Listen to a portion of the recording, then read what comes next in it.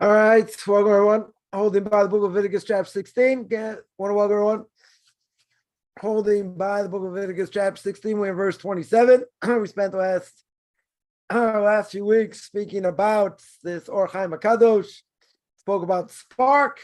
All right, spoken about sending the goat to Azazel. We spoke about the spark that's in a person and what that spark is and what it represents, and all that. So again, we are holding by Book of Leviticus Chapter 16, verse 27.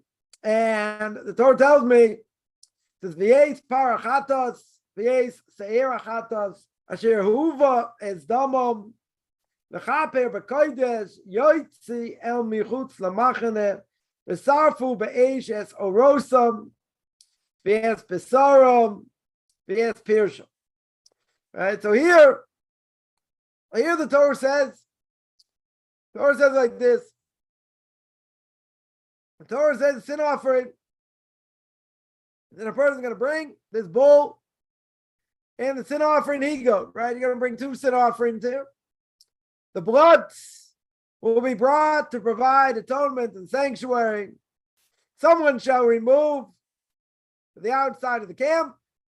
They shall burn and fire their hides, their flesh, their waste. Right? So what do I have? I have the sin offering bull. I have the sin offering he-goat. Blood's going to be brought to provide atonement.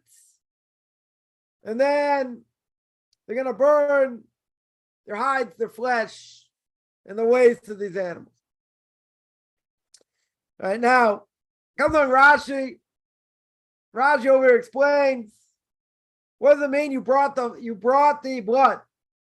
Right? It says whose blood had been brought. Rashi says, where'd you bring it? Well, the Torah says in sanctuary. Right? You brought it in the sanctuary and into the very interior. What's the very interior? Holy of Holies. Now, normally, when the Torah says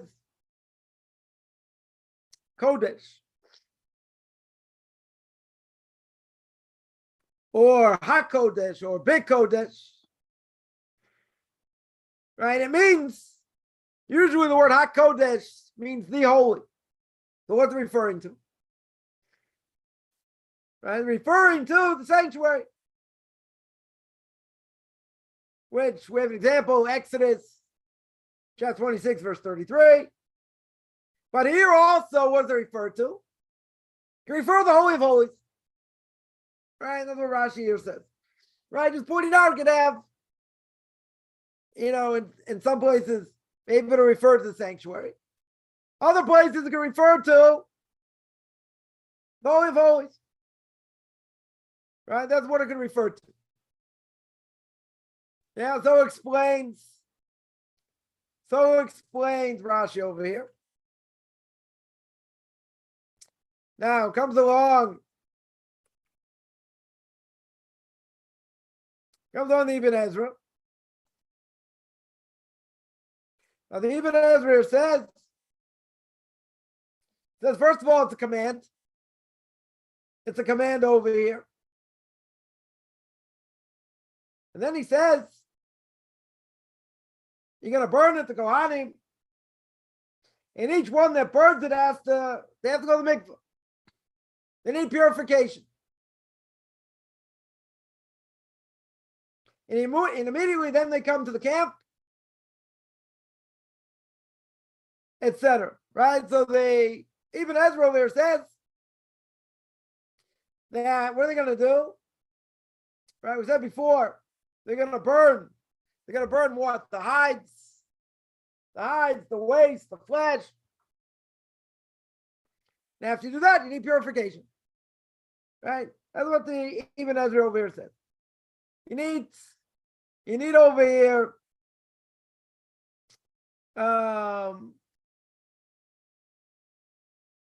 you need to go to mikveh. You need purification. Comes on the Ramban.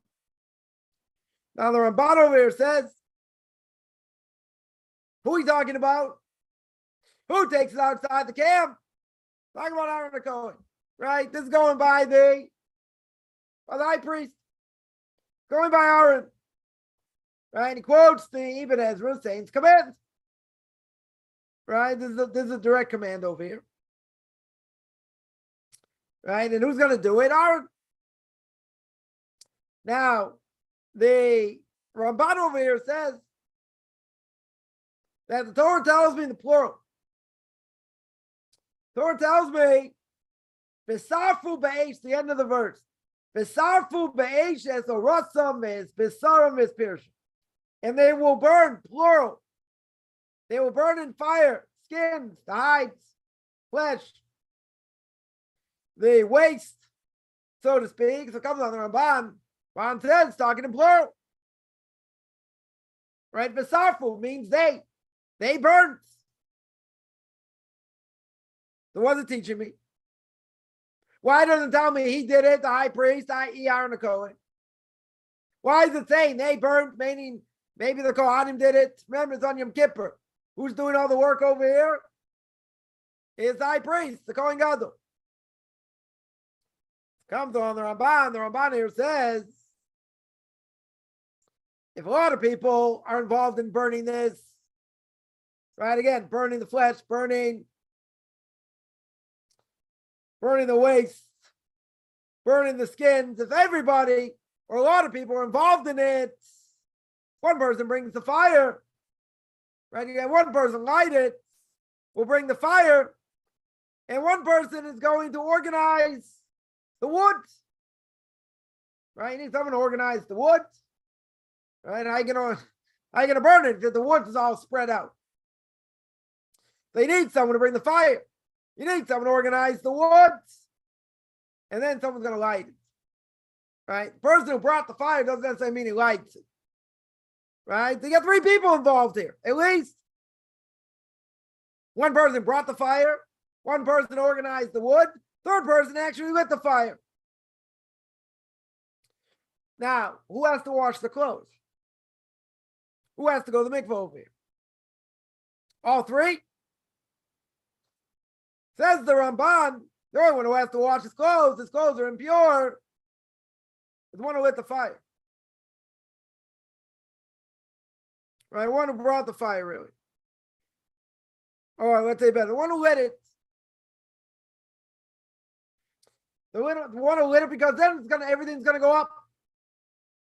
Everything's gonna go up in smoke, no pun intended here. So the Ramban says, then the Torah says, in singular language, next verse, the one who burnt them, right? How's it translated over here? The one who burns them shall immerse. So here the Ramban says, you're telling me a lot of people are doing stuff over here. One's bringing the fire, one's organizing the wood, third person is burning it. Who's the one whose clothes are impure? Maybe all three. Maybe all three are impure. Good question. Maybe that's the case. But what does the Torah tell me? The Torah tells me the one who burns, singular. The one who did the burning is the one who becomes impure.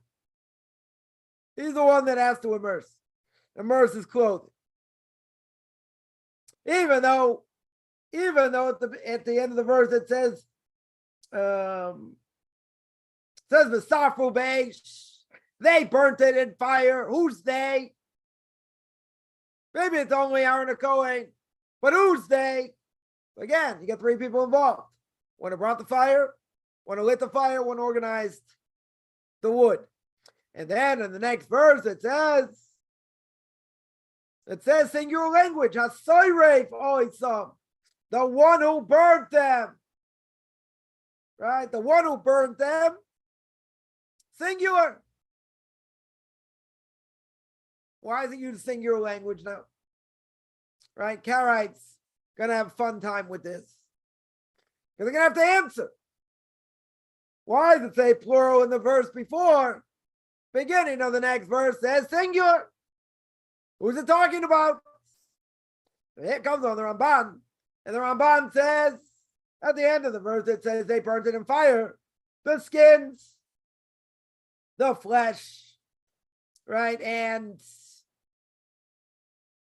what else? Skins, the flesh, and the waste, right? And their waste. And then it says, the beginning of the next verse, the one who burns.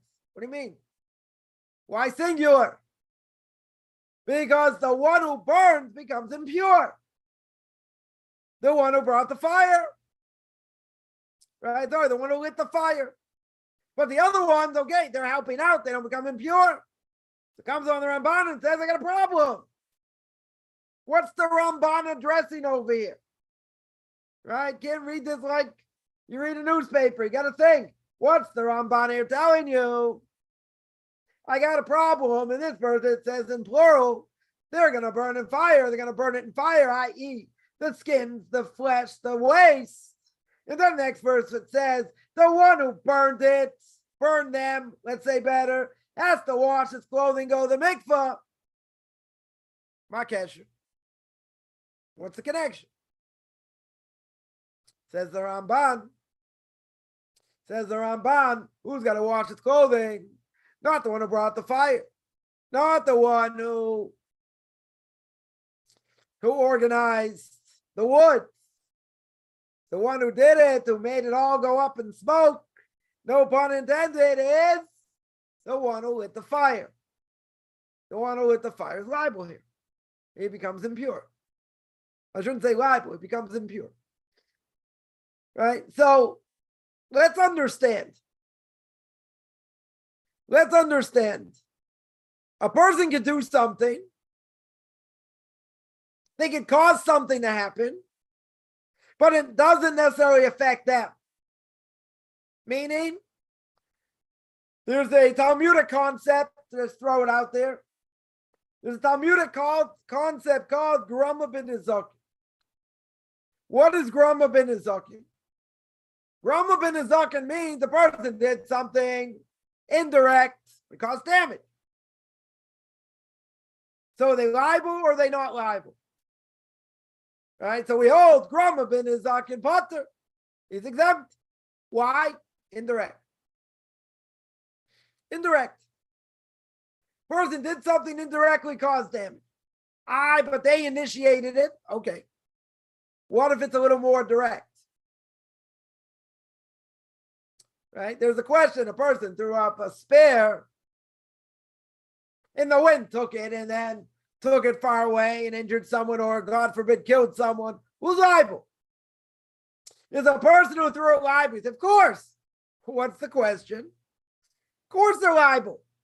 They threw it in the air. What caused this spear to do the damage? In this case, the wind. Now, there's going to be another question. Was the wind already there or not? So you're going to say, wow, a lot of picky and details over here. Right? See if we're going to get this person or not. Or they're going to be guilty or not. But so there's a question. If it was already very windy, person threw it up in the air and the wind took it, you can't say, I didn't know. You can't say, oh, it's a grama. It was negligible what the person did.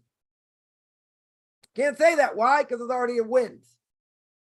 It's already a strong wind. Well, what if there was no wind? Let's say a person threw the arrow in the air, it should have come straight down, laws of gravity. What happened? He threw it up in the air. All of a sudden, the wind took it. Wind came out of nowhere. So if the wind came out of nowhere,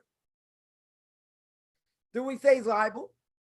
Should he have been more careful or not?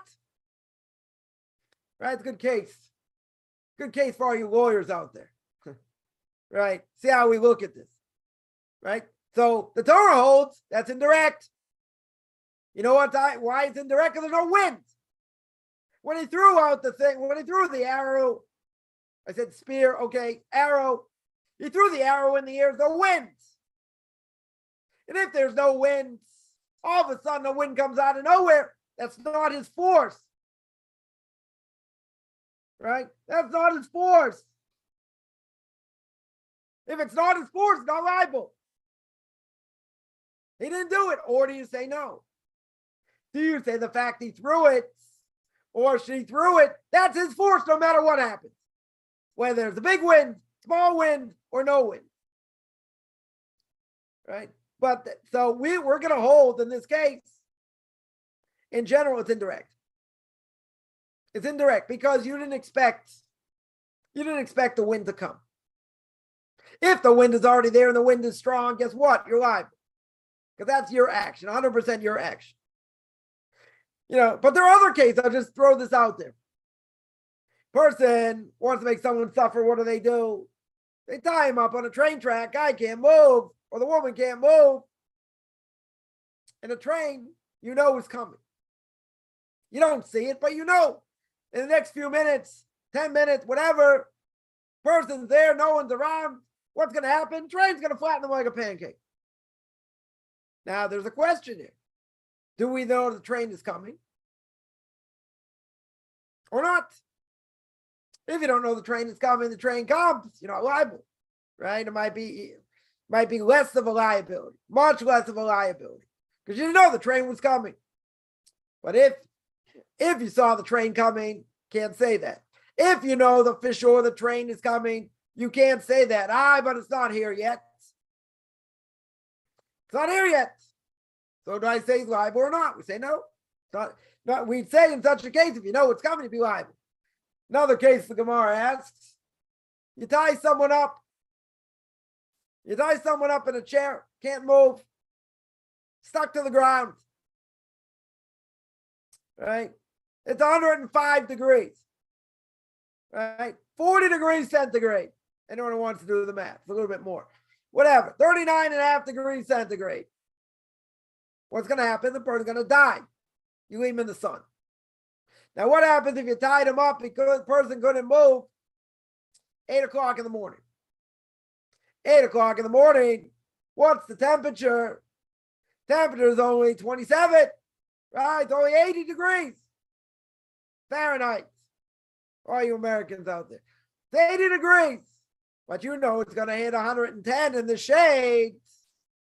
Is the person liable? Same case as a train. Same exact case as the train. The train is coming. If I know the train is coming, then he's liable. Right? If I tied him up in the sun, he's liable. If I tied him up, the sun is coming and it's not that hot right now, still liable. Why is he still liable? Because he's coming. 100%, the sun is coming. Right? But if something else happened out of the ordinary, you'd be exempt. Why would you be exempt? Because you didn't expect it. It wasn't your force causing it. You tell me, tied him up and he can't go anywhere. True. 100% true. So it depends. It depends what's going on over here. Some things are considered direct. Some things are considered indirect. So there's the Talmudic dictum, Grama ben Ezakin Potter. If a person causes something to happen and they cause damage, they're exempt because it's not exactly their action. If it's direct or close to being direct, that's a different issue. Someone opened up a dike and they tied someone down. And now the water's going to come and flood them and they're going to drown. That's direct. 100% that's direct. So there are things, again, just throwing this out there. There are things that are more direct, things are less direct. If it's less direct, you'd be exempt. Not a good thing to do. Not saying he gets off scot-free. Maybe, according to the heavenly court, maybe be guilty. But in general, it's exempt. Because it's indirect. But it's your action. You started it. So what? It's too far away. It's a step away. 2 steps away. But if it's something that you did and it's going to cause damage, the arrow in a windy day, right? You shoot the arrow and the arrow goes wherever it goes and injure someone or kill someone. You go, I didn't know. I had no idea. What do you mean you didn't have any idea? There's wind. So the question is he liable because the wind took it? It wasn't my action. Oh, but the wind is part of your action. You're the one who shot it, and the wind took it, so that's part of your action.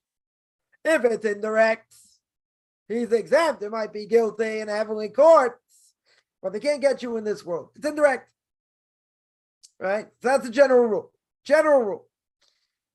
So if it comes on the Ramban, I can say, why'd you get onto that? Right? What's the point? What's the point over here? It comes on the Ramban. And the Ramban says, who becomes impure over here? Aren't you going to tell me? Someone's going to say, all three. All three are impure. Why? Because they all had a part over here. They all had a part. Right? They all had a part. So if they all had a part, they all should be impure.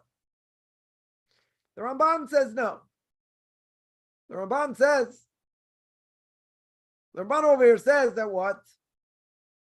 That the one who lit the fire and he caused it to go up, he's the one. We'll see in the next verse.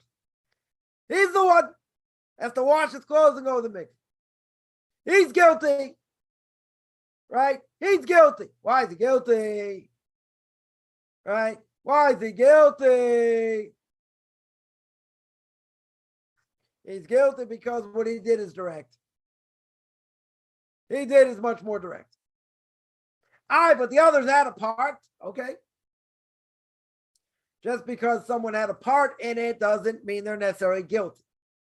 But there's another idea. We're going to throw this out there. Make people's heads spin. There's such a concept spoke a long time ago. Pirkei Avos. Ethics of our fathers. That a person can be punished even if they don't do anything wrong. Why? What's the case? Case is, person hangs out with the wrong crowd. They hang out with the wrong crowd. That crowd is doing things wrong. They're causing damage. You happen to be at the scene. You didn't do anything. You did not do anything over here. Guilty? Right? In the court of law, they say, what are you doing there? Nothing. You heard what's going on? I didn't do anything. Ah, they could get them because maybe they could have stopped it. So what's the bottom line? Guilty by association. Person didn't do anything wrong, technically. You know, what do we hear sometimes? We hear people say that, yeah, they hang out and they're friends with people that blaspheme against God, that don't keep kosher if they're Jewish. They're heretics, essentially. Right? So a person's going to say, what can I do with family? Okay. When it comes to family, family might be a different issue. You might have to do things with them, whatever. Okay. Right? But in general, people you like to hang out with that are not a good influence, but you don't do anything wrong. They speak Lashon Hara, you heard it. Okay, you're guilty. Couldn't change the subject, couldn't do anything, you believed it, you're guilty. But what do people say? What, the temple was destroyed in Jerusalem. The Gemara says, why was it destroyed? Because of sinas chinam, unlawful hatred one to another. Then someone's going to say, what, you ever allowed to hate someone? King Solomon says, yeah. King David says, yeah. King Solomon says in Ecclesiastes, time to love, time to hate. But you're not allowed to hate a Jew in your heart. Maybe you're allowed to hate a non-Jew, maybe. But he's talking about you're allowed to hate the person, what they do, wrong, the action. King David says, I hate those that hate you. Those that hate you, I fight against. I love those that love you. People make a simple mistake. And they think, no, you got to love everyone. Everyone deserves to be loved. Now, there is a point to that. Not going to say not. There's a point. But if they do terrible things, they go against what God says, liable for death penalty, maybe. Say, no, I still love them. Why do you love them? They fight against God. They desecrate Shabbos.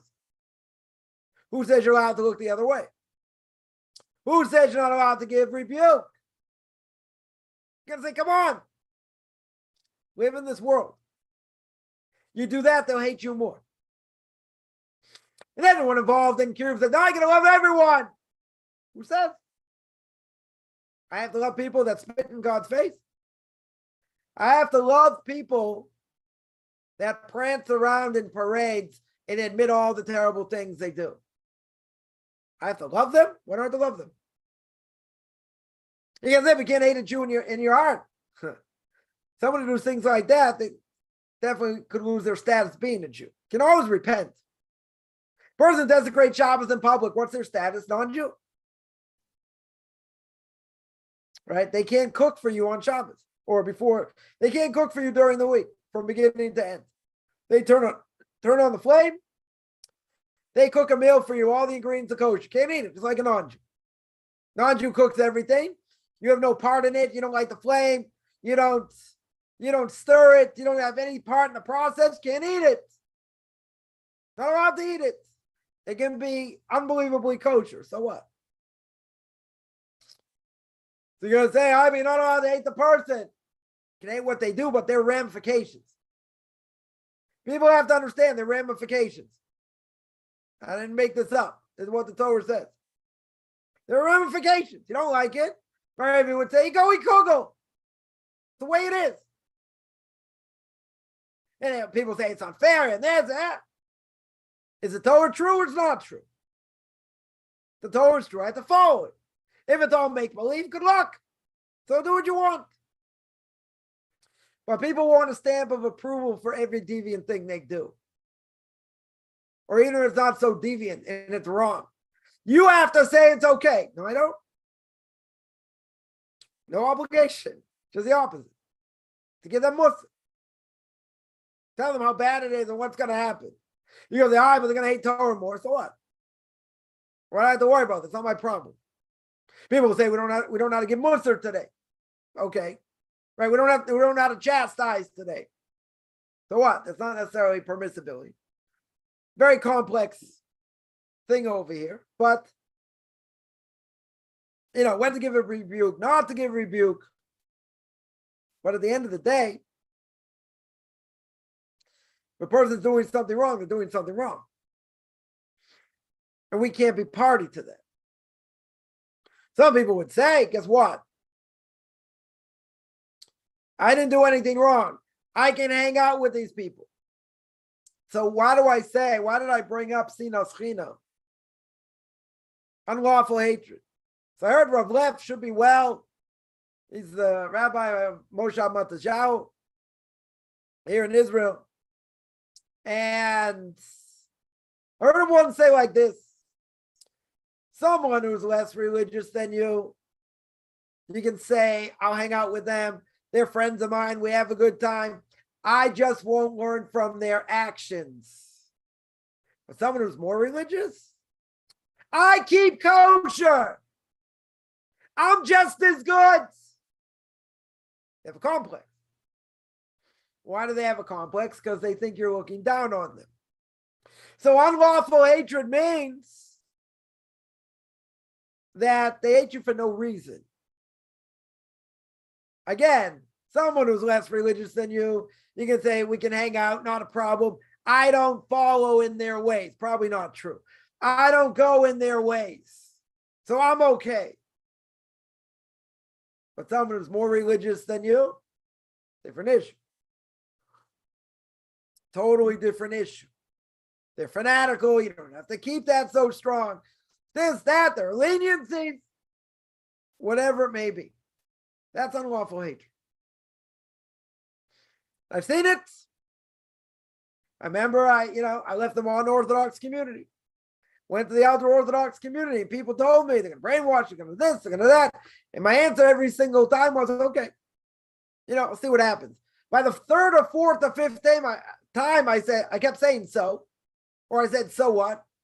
They're like, why do you keep saying so what? So I said, if I don't like it, and I think what you're telling me is true, and I feel it, I'll leave. I never had any binding me there. Could pick up and move just as easily. Okay. I said, if that's the case, I'll be back. Right? As Mr. Schwarzenegger once says, I'll be back. Right? I'll be back. Hasn't happened in 30 years. For good reason. But that was the accusation. Not by everybody. Saying they're going to brainwash you. They'll tell you how to think and what to do. And then, okay, let's see. My mind, your community doesn't work. I see what your kids look like. Not interested. I'll see how the other side lives. I was already going in that direction. I said, I'll see how the other side lives. I said, I'll be back quicker if I see that's not the case. Right? If I see that you're right, is there anything holding me back? Nothing. I didn't have kids at the time. I didn't have anything holding me anywhere. Could have left, gone back to the States. I could have gone anywhere. I said, let's see. So I became part of that community, never left. Is it perfect? Nothing's perfect. Nothing's perfect. Right? But what was the bottom line? Well, and I have, again, let's just make clear, I have a lot of gratitude to the Modern Orthodox community. That's where pretty much I became religious. Modern Orthodox, we're good designers, whatever you want to call it. What was I afraid of? Why did I leave in general? One reason is because I saw people becoming rabbis. They didn't learn that much. They learned what they needed for their exams, this and that. Did they go through one tractate? No. I was afraid even if I would have taken the exams and passed the exams, what would I be? How much would I really know? And then go out there and try and save the world. Okay. Right? But I was afraid. I was afraid for my own learning. Not to mention the fact how I saw kids were being raised. I was like, I don't want that. Other issues in the Ultra Orthodox community? Sure. No community is perfect. Not claiming to be perfect. Question is what works. So I had someone come visit me once, after I left that community. And the person, you're a traitor. You betrayed us. Benedict Arnold. Had an interesting life. Yeah. You're a traitor. He said, why'd you leave? I said, do you really want to know? They said, yeah. So I said, because your community cannot produce rabbinic authorities. They can't produce rabbinic giants. That's what I said. The person looked at me like, what? You tell me we don't have Torah giants? We don't have rabbinic authorities? I said, no, I didn't say that. I said, you can't produce. So I gave him the parable. I said, if you take a horse and a donkey and you put them together, which God does not want for a Jew or a non-Jew, to do that, mixed breeding, forbidden for a non-Jew, by the way, in any case, non-Jews are listening. What happens when you breed a donkey and a horse? What do you get? A mule. What's the problem with the mule? Everyone knows the answer. What's the problem with the mule? Sterile. Cannot reproduce. That was my answer. You can see the smoke coming out of this guy's ear. So I explained further. I said, listen, I have an ability to sit and learn. I'm not going to be like one of these people that are going to learn for a couple of years, get rabbinic ordination, go out. Even if I thought I'd be successful, whatever. I'll tell you how far it goes. And how skewed I'm not saying by everybody in that world, but how skewed the mentality can be. So when I was leaving the yeshiva, one of the heads of the yeshiva came up to me and says, I don't care where you go, as long as you go somewhere that's Zionistic and you do the army. Now, doing the army in Israel is a whole issue, right? Maybe we'll discuss it a little bit. But I want to make one point, and this is what I said. And that is, I said, I have money. I can sit and learn as long as I want. Full time. Not a problem. I said, I have an opportunity to make something out of myself and learn as much as I can. Go through the entire Talmud commentaries, this, that. I got the ability, or I think I have the ability. And you're telling me I have to stop learning in order to do the army? This person's response was absolutely. That's what he holds. You learn for a year, then you go in the army, and 6 months later, 8 months later, you come back and you learn whatever.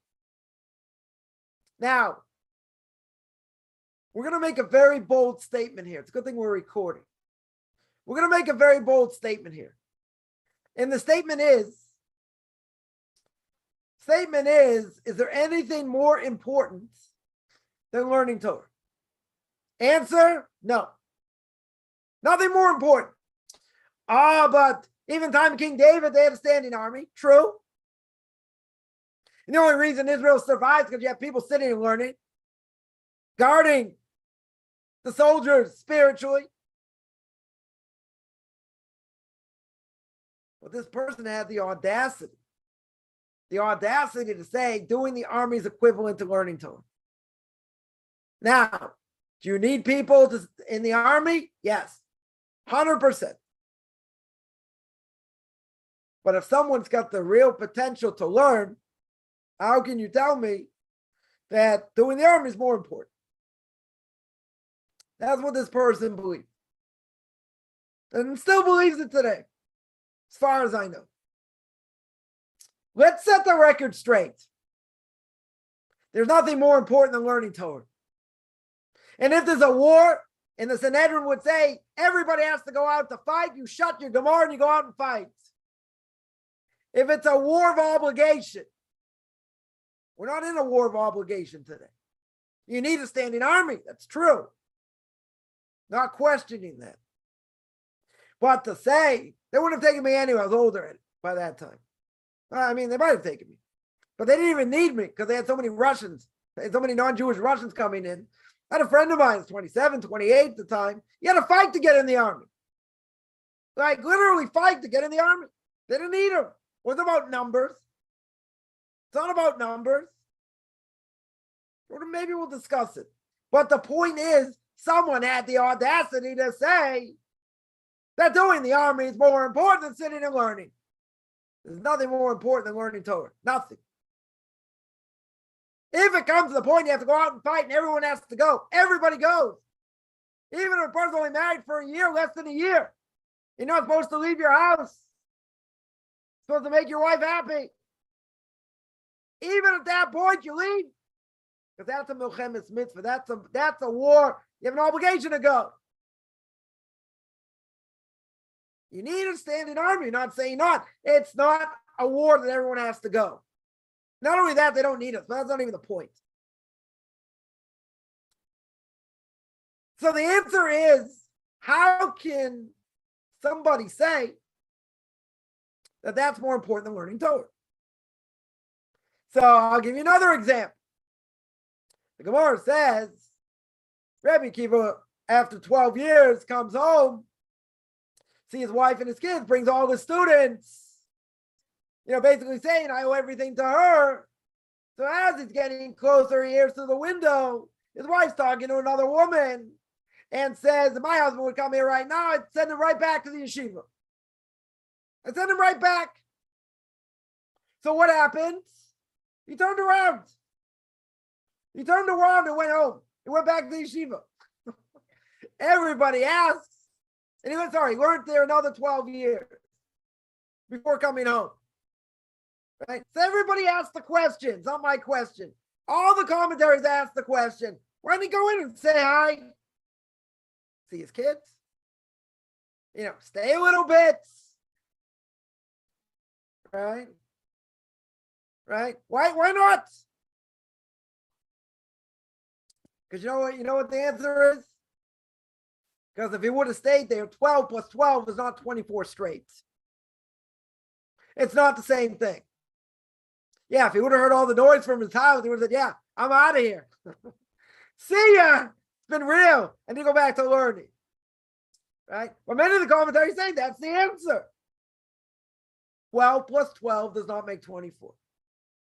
So if I could learn for years on end and not take a break and just continue and go and go and go and go, you take a break in between, you ruin the momentum. If a person ever studying for a test, they say, yeah, I studied for an hour. I studied for 2 hours. Okay, did you take breaks? They said, yeah, every 40 minutes I took a 10-minute break, right? Or I took a 15-minute break. No, you didn't study for 2 hours. You studied for 40 minutes, right? 45 minutes, let's say, and another 45 minutes. That's 90 minutes. That's not 2 hours. That's not the same as it being straight. You say, I was tired, I had to get up, whatever it is. See, that's a lie. You're not saying I learned 2 straight hours. Kaufman's always bothered by people who lie. People who don't tell the truth. People who mislead. 12 and 12 is not 24. It's not 24.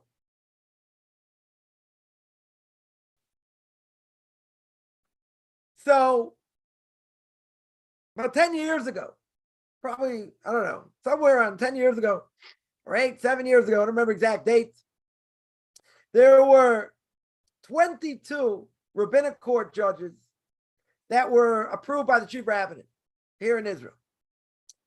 22. How many of them came from the ultra Orthodox camp? 15.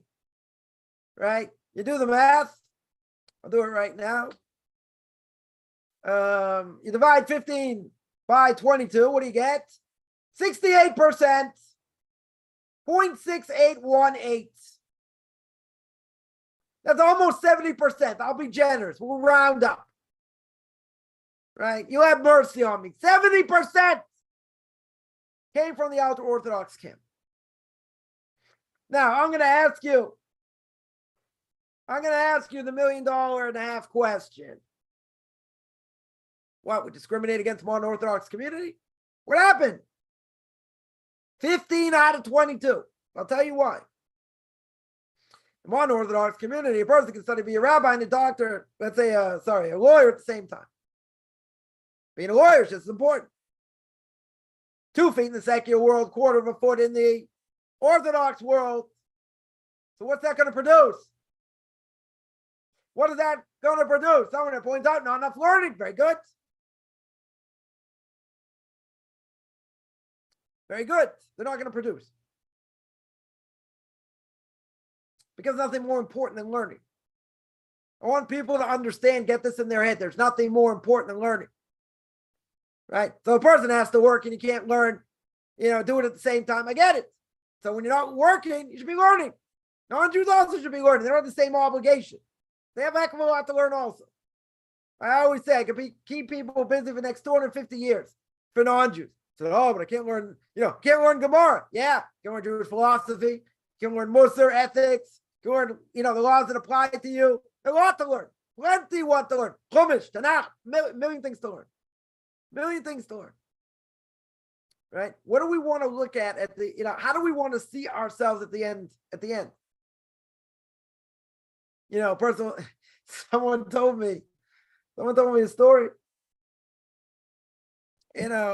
about someone who's, whatever, every single movie they've seen, every movie comes out, they see all kinds of things they do, what's going to happen at the end of 120 years?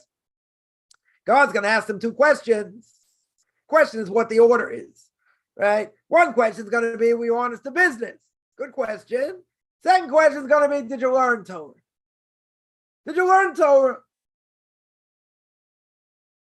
And if you didn't learn Torah, you say, no, you didn't give me the brains. I was too busy. I was this, I was that. King David over here says in Psalms, you're only here for 70 years. If you have strength, 80 years. We're going to get judged on what we learned. Thank God our soul will remember. We may not remember, so to speak. We always have to review, but our soul is going to be able to spit back information what we learned. So how can it be? If that's one of the things, that's one of the top two, if not the top one thing God is going to ask first question. Right? First question, second question, most likely first question. Did you learn Torah? What's the answer going to be? What's the answer going to be? I was too busy?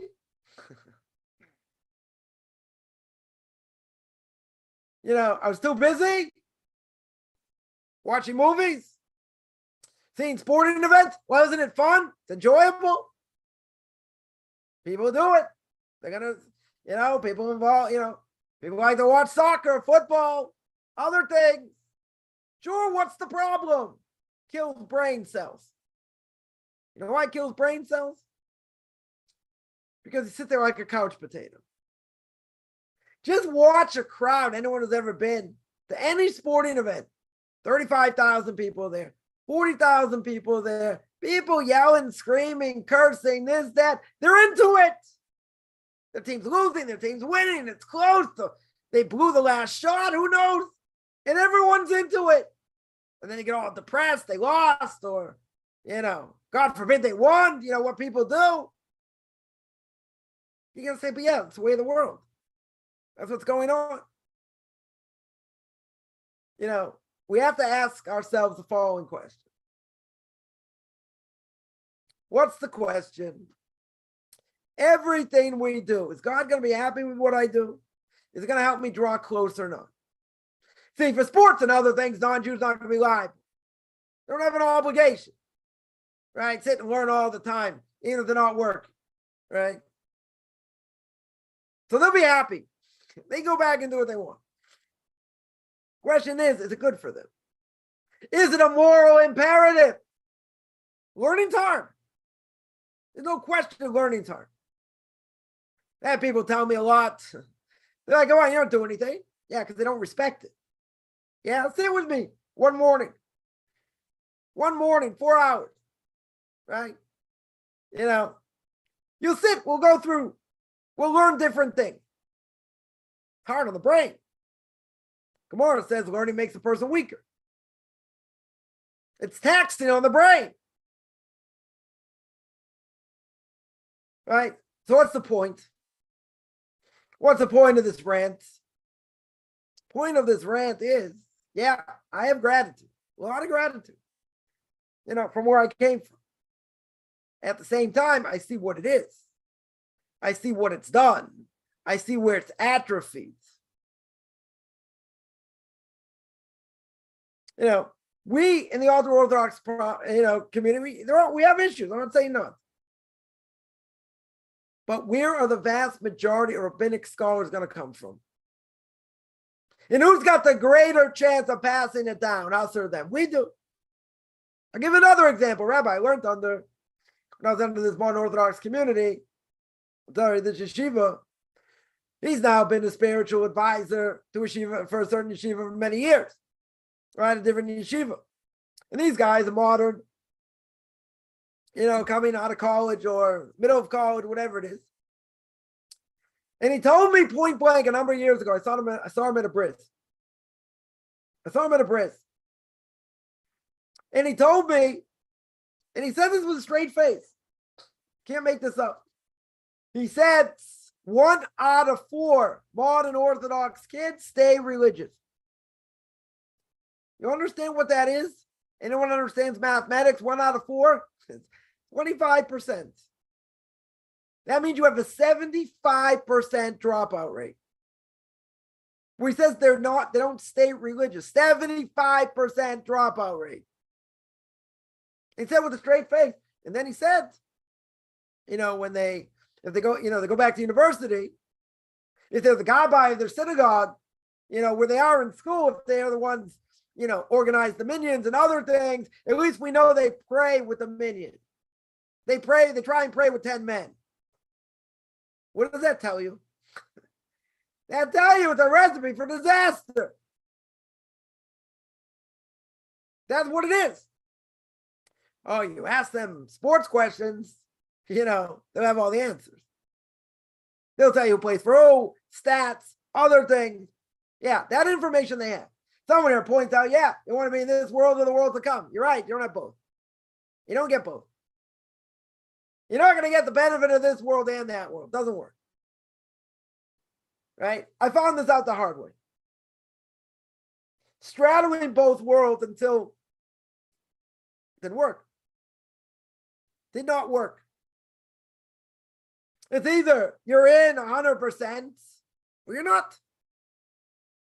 Now, does that mean anyone who's going to convert, they have to look like me? I mean, you should all, I give everyone a blessing. They should have their hair. They don't lose their hair. They don't turn white so young. Okay. Right? But that's the way of the future. That's what's going to survive. I'm not saying the modern Orthodox world, the whole thing is going to die. I'm not saying that. But a lot of it already is dead. A lot of it, there are problems. Serious problems. See it when, kids come to Israel to learn what they do and what they've been through. And, they come, it's like a rite of passage, come to Israel to learn, for at least a year. 2 years is like, someone's going to learn for 2 years. That's a huge thing. But, they're barely doing things. Not all of them. I'm not going to lump all of them together. But anyone who's seen what they do and where they hang out and this and that, you're like, these guys are religious? Look how they act. Look what they do. You're going to say, your community is not better. I think it is. I'm not saying we don't have issues. We have issues. Everybody has issues. But what's the bottom line? The bottom line is how bad you want Torah. How bad you want it. So I remember when I went to learn in this place, after I left this Modern Orthodox religious Zionist yeshiva, well, the learning with someone that says, before we pray, we got 5 minutes. Okay, let's learn. Let's continue. Let's go. We got 5 minutes. We got 5 minutes. When I heard that, I said, this is the real deal. This 100% is the real deal. Why? What can you accomplish in 5 minutes? You read a little bit of the next Mishnah, a little bit, next thing going on. Try and look at Rashi. Okay, time to go. Got to pray. Okay? People don't think, or let's say better. People think 5 minutes, what can I accomplish? 10 minutes, what can I accomplish? So I'll tell you a story. I know somebody, I don't know if they still do this today. They had a learning partner 1 day a week for 15 minutes. 1 day a week. 15 minutes. You gotta say, what can you accomplish in 15 minutes? So they learned Musar. They learned ethics. What they learned? Over time, they went through path of the just, the ways of the righteous, gate to repentance. They went through major works. Didn't happen overnight. 15 minutes, 1 day a week. I'm not talking every day. I'm not talking 2 days a week, 3 days a week, 1 day a week. That's unbelievable. That's dedication. That means you don't try and learn everything at once. Even if you have, 10 minutes a day, and you're learning certain things, 10 minutes a day, okay. But over time, you're going to go through another page, and another page, and another page. I'm not saying you just read it and have no understanding, right? But if you're consistent, you'll cover ground.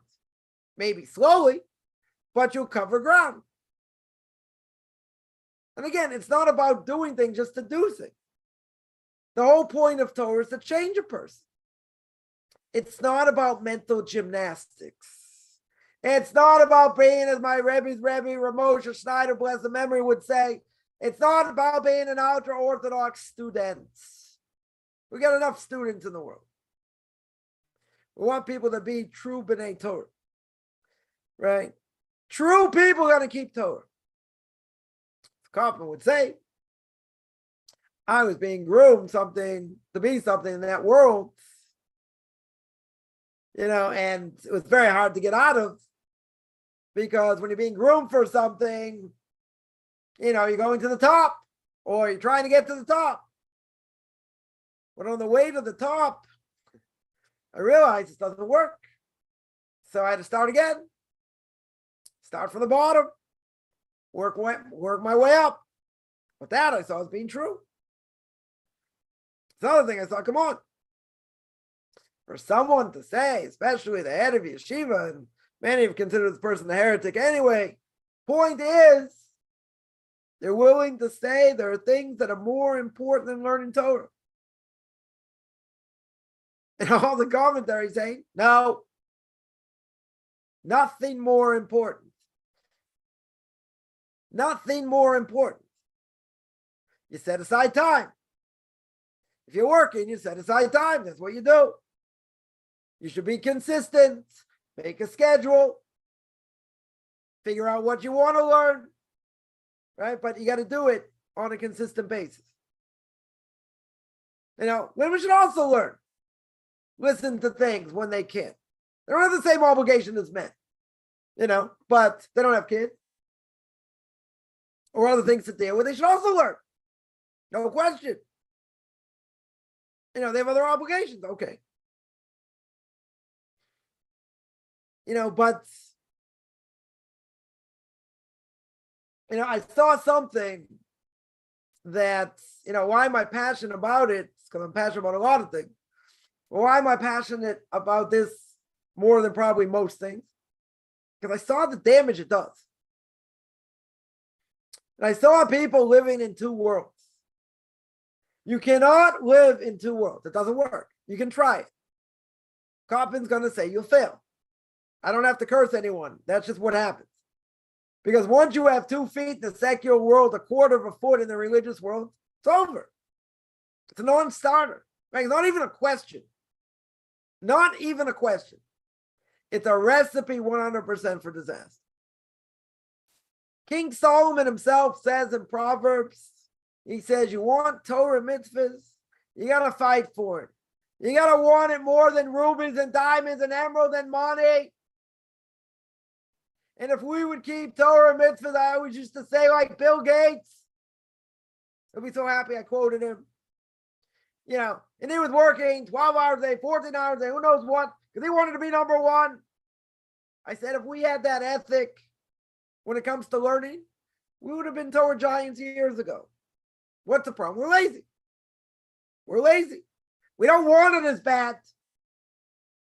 But it's everything. Somebody points out, right? Do you want this world and the world to come? And what's the answer? Both. First thing I say, they want both. What do you call them? A pig. Pig, you can't have both. Now, I don't think you should call them a pig. But that's essentially what it is. You can't have both. It doesn't work that way. Either you're going to be steeped 100% in the Torah world, or the other world. You're not going to take a peek here or take a peek there. It's going to bring you down. Totally bring you down. Right? The question is, who wants it more?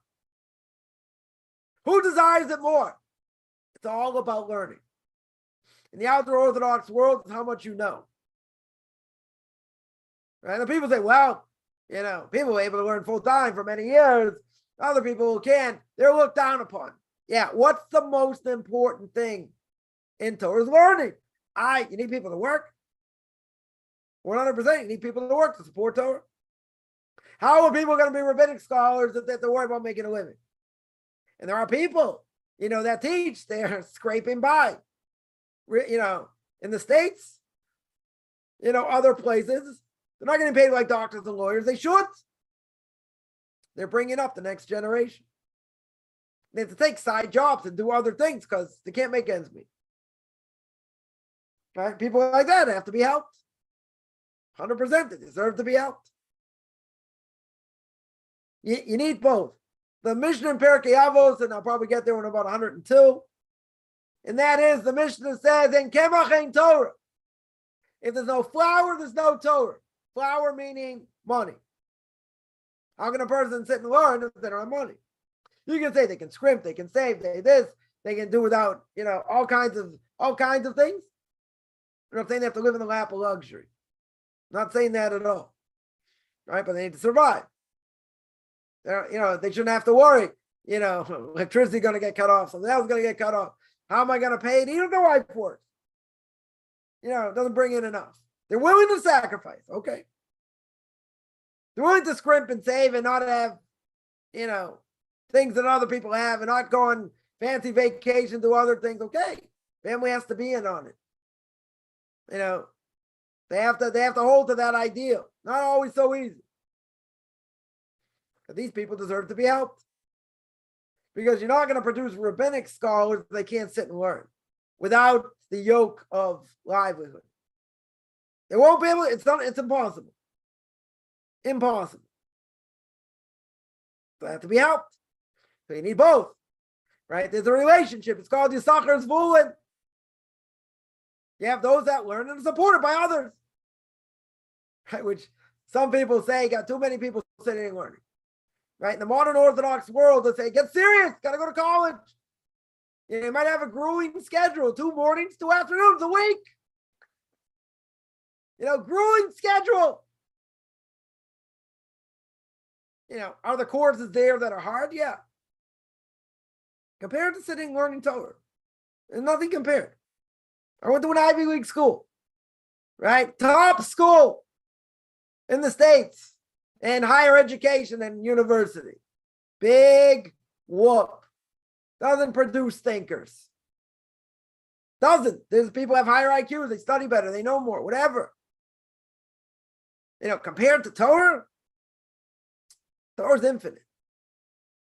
When you learn something, you see layers and layers and layers upon. Person becomes a doctor, a lawyer, this, that. The information's finite. Things don't change overnight. Someone has to relearn. Some of the docs say, oh, all these things changed. I have to relearn everything. No. You got to brush up. You got to, new discoveries, new thing. Okay. But you're not relearning everything. Torah's not like that. Torah's totally different.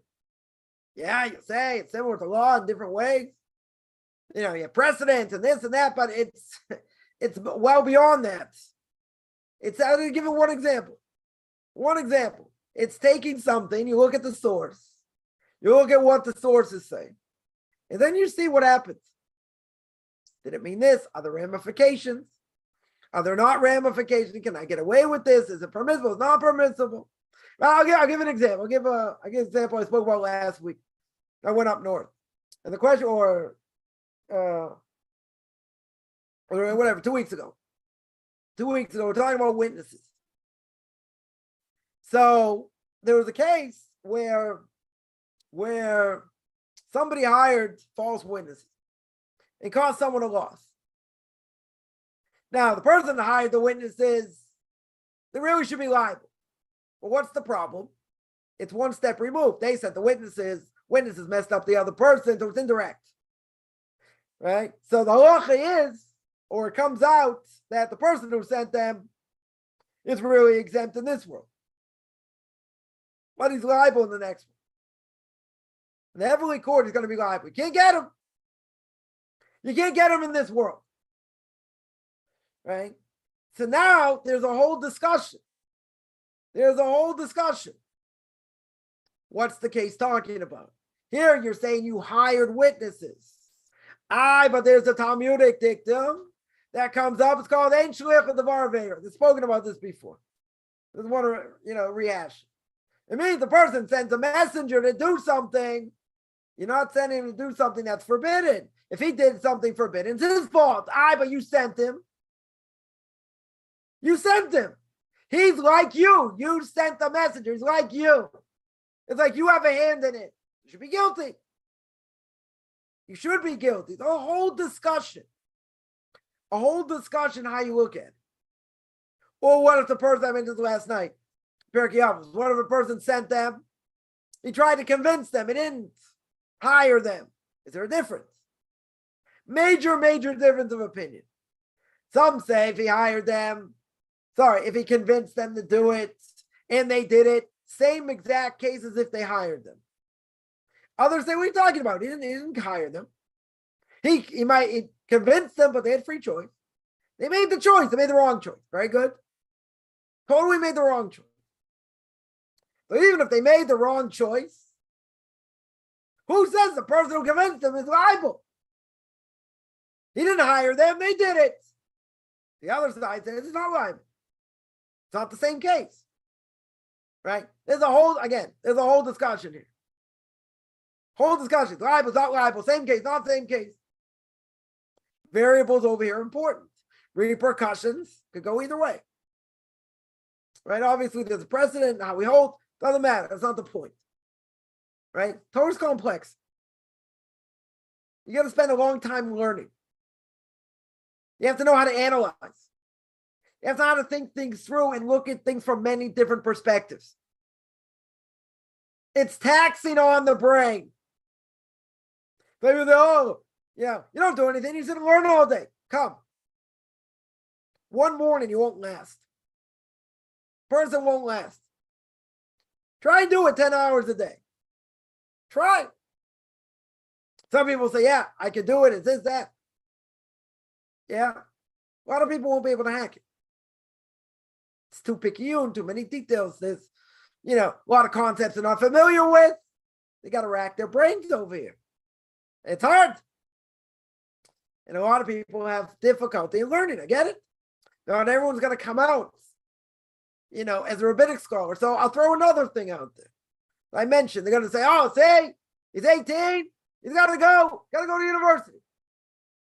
Got to go to university. Like most university degrees matter. Most university degrees, no matter what they tell you, they don't matter. Unless you're majoring something very specific. Then maybe you have to go on to your master's and get a PhD, right? Pilot higher and deeper, or Papa has dough. Right? Okay, there are certain things you might have to go further. Okay? Majority of things, especially liberal arts, nothing. You get a degree, you can't do anything with it. I have one, history. Good luck. People would ask, like, what are you going to do? Get a history degree? I mean, sorry, teach history? What else is there to do? Say, oh, he's going to go to law. Take political science, you're going to be, you're going to go to law school. I never would have entertained the fact to teach history. That's the only thing I was really interested in. I don't have money, so it didn't matter. So, okay, promised my parents I'll finish my degree. I finished. Came in handy once. Actually, very handy. Came in handy once. Okay. So people in the modern Orthodox community will say, it's a big mitzvah to get a job and go to college. Getting a job is one thing. Supporting your family, yeah, that's important. Who says college has to be part of that? Who says I need a degree? If I want to take a course in graphic arts, be a graphic artist. And I learn to understand when I do internet marketing, let's say. I learn how to do Facebook ads, Google ads, these type of things to bring in more clients, right? Or Instagram or who knows what. I need a degree for that? No. I need someone who knows what they're doing. I can teach. They can give you information, teach you how to do it, how to get clients, all that. There are a lot of things like that. Someone wants to be an interior designer. I need a degree? No. Some may say you do need a degree, but not necessarily. Right? One of the bigger lies in the world. But there's a discrepancy. There's a discrepancy in the Torah. The Torah says in one place that when the Levites start working in the temple, the Levites started in one place that says 25. Another place that says 30. So what do you do with the 5 years in between? The Rashi said you got to give someone 5 years to see if anything's going to come out of their learning. You got to give them 5 years. If after 5 years you see they don't have what it takes, or they're not, they're not getting what they need, they're not becoming who they need to become, they won't see success. If they have 5 years, they give it all their effort, they don't see success, they'll never see success. Right? That's what Rashi says. Others say a similar thing. Right? So you got to put in the efforts. You got to put in the time. No, my kids already learned. They've been learning since he was 8. 9 years old, started learning Gemara. Yeah, when does their brain start to develop? 15, 16, 17. You got to give them an opportunity. to see, what they're going to become. Because it's not stressed in that world. If you would ask modern Orthodox parents, what would you rather have your son be? Doctor, lawyer, or rabbi, or accountant? Rabbi's number 4. Guaranteed, rabbi's number 4. The other 3, it's a toss-up. Right? Might be a toss-up. Most people probably say doctors make more money. Maybe lawyers make more money. I don't know. Whatever it is. Being a rabbi is down on the list. Not a good profession for a nice Jewish boy. Why? Why in their eyes? What are you doing? You're learning. You're teaching. Whatever the case is, doesn't have the same value. You know why it doesn't have the same value? I'm going to tell you a scary thing. Because it doesn't make money. You're not making a ton of money. I should have been, I was saying over Shabbos, when I was in Florida for a week. So spent Shabbos with a student of mine or whatever, walking back, to his car after Shabbos. I saw a place for, groom, for, for what do you call it? For dogs, right? Getting them groomed. So I was saying this whole thing about, dog psychologists, and training dogs and whatever. It's a big business. It's a big business, training a dog, and a dog psychologist. I said, I'm in the wrong profession. So, I probably talk to anyone, maybe even a dog. They'll train me to talk to dogs. Like, why not? We're hysterically laughing. I just happened to go, we walked by this dog room we play. It was like, we're hysterical. Hysterical laughing. I said, I'm in the wrong profession. Like, no, you're in the right profession. You don't need to be a dog psychologist. It's outrageous. It's outrageous. Someone like that's going to be paid all kinds of money. And there's a market. There's a market for such a thing, of course. The market, not a small market. It's not a small market. People making a ton of money. Okay?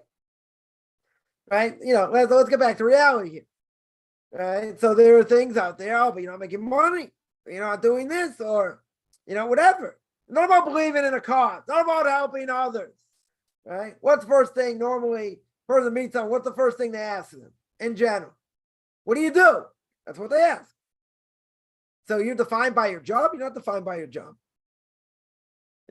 Totally not defined by your job. That's not who we are. It's what we do to try and put bread on the table. Okay. But that's not who we are. But my point is, that's not an ideal to strive for in that world in general. There's something seriously wrong. You know what's seriously wrong? Is they value secular education greater than Torah. I heard a number of stories. Parents whose kids went to Ivy League schools, Penn, University of Pennsylvania, Princeton, Columbia, other places, right? Very high academic schools, pretty expensive also. Yeah, and the parents said their kids did not come out the same as when they went in. They regret, but they push on them to be the best scholastically they can. In the outer Orthodox world, it's about being the best Jew you can be, and be, for a guy, being the best rabbinic scholar you can be, and for a woman to marry one. That's the ideal. I mean, not everyone holds by the ideal, okay? Right? That's not the point. But when Torah is the single most important thing in your life, and everything revolves around what I'm learning, it's a different world. All this other stuff doesn't matter. It's irrelevant. What's going on in March Madness? Who cares? My team in it? I don't know. What does it matter? Say, no, exciting games. Team lost, this, that, last minute shot, who knows? Excitement, brackets broken, this, that, making money, losing money, whatever. Baseball starting up. A lot of things. A lot of things to look forward to. Blockbuster movies coming out. This, that, okay? That's what you have to look forward to. Say the name of the Chofetz Chaim. That someone said to the Chofetz Chaim that time is money. Right? Anyone ever hear that expression? Time is money. Chofetz Chaim said, I beg to differ, time is life. We don't have that much time. But you're going to say, I get distracted. It's fun. It's enjoyable. You're right. Does it make me a better Jew or Jew wannabe, J-I-T, or a no-I? Ask the question. Does it make you a better person? I guarantee, with all the money I don't have, I guarantee, go to a stadium to a game. I'm sure you're going to pick up all kinds of great character traits. Narcotics, booze, immorality, vulgarity. I mean, the list goes on. They say, I don't care. I just go in one ear out the other. I don't look at certain things. I'm there to watch the game. I'm there to have a good time. How many potential transgressions can there be? A lot. Right? What's one major transgression there? Lashon hara, for sure. People saying things against other people, this, that, right? So you're going to say it's enjoyable. I'll buy a couch potato, sit right next to me, because no one else will, because I talk too loud. You'll sit right next to me. Beautiful. What did I gain? The best you can say, if there's no immorality, vulgarity, or other things, the person could have been learning Torah, they wasted time. True? But I'm going to tell you what the Jerusalem Talmud says. Jerusalem Talmud says, God can even forsake someone who committed adultery, immorality, idolatry, or murder. But one thing God does not look the other way is when a person had the opportunity to learn applying to a Jew, and he didn't learn, he wasted time. That God has no mercy for. You're going to say, okay, a person watched the clip. He sent for 10 minutes, 15 minutes, enjoyed himself, this, that. What's the big deal? Because everything that takes you away from Torah mitzvahs, everything that does that, it destroys the brain. Every video a person watches, everything on the screen that they see, whatever it may be, it turns their brain to mush. When it turns a person's brain to mush, guess what? It's much harder to learn. Much harder to learn. Someone points out, very true. The more you learn, the more you want to learn. Yeah. Yeah, people don't value it. Give an example. Someone comes to my house, they see all these books. Oh, it's Hebrew books. They say, hey, no one can learn all this. What a waste. Can't learn all this. I said, there are people that do. And they know all of it like the back of their hand. They would never walk into a doctor's office or a lawyer's office and see like whole shelf full of books. They're going to say, you can't learn all this. That's impossible. They would never do it. You know why? First of all, they're paying an arm and a leg to see the doctor, see the lawyer, right? But at the same time, what happens? They value what they know. They give credibility to what they know because of what they do. Oh, you sit and learn all day or part of the day or whatever. That's what you do. Why don't they respect it? Because they don't respect it. Because they'll say you're not doing anything for the world. Right? Someone who writes a book on tax law. Oh, that's important. I'm sure that does a lot of great things in the world. Right? I heard a story of somebody, they gave him a stipend. They gave him a stipend, a place to live, gave them the ability to sit and relax, be able to write this book on tax law. No one called him a schnorr. No one said he's sucking off the government. He's getting money from donations. Nobody said that. Oh, look at my son. Look at my grandson. He's writing a book on tax law. Beautiful. What does that do for the world? Find loopholes for people. What does that do? You need a book on tax law. You need these books. Okay. Let someone else write it. But you're giving it so much credibility. Person's taking money. He's taking a stipend. He's got a place to live. Right? Paying his rent. Doing other things. But that person's doing something valuable. Tax law. That's valuable. Sitting and learning, going back through ancient texts, derive where the law comes from, pass it down to the next generation. That's worthless. That's what the world stands on. The Mishnah Perkei Avos says, Torah, avoid the gimus chasadim. Torah, we understand. Avoid the service to God, prayer, the temple sacrifices, which we don't have today. And doing acts of loving kindness, helping others. That's what the world stands on. I beg to differ. It's not standing on tax law. It's the way we view things.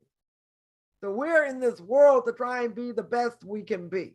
Whether it's a JIT, a Noahide, a Jew, doesn't matter. That's our goal. That's what we're here for.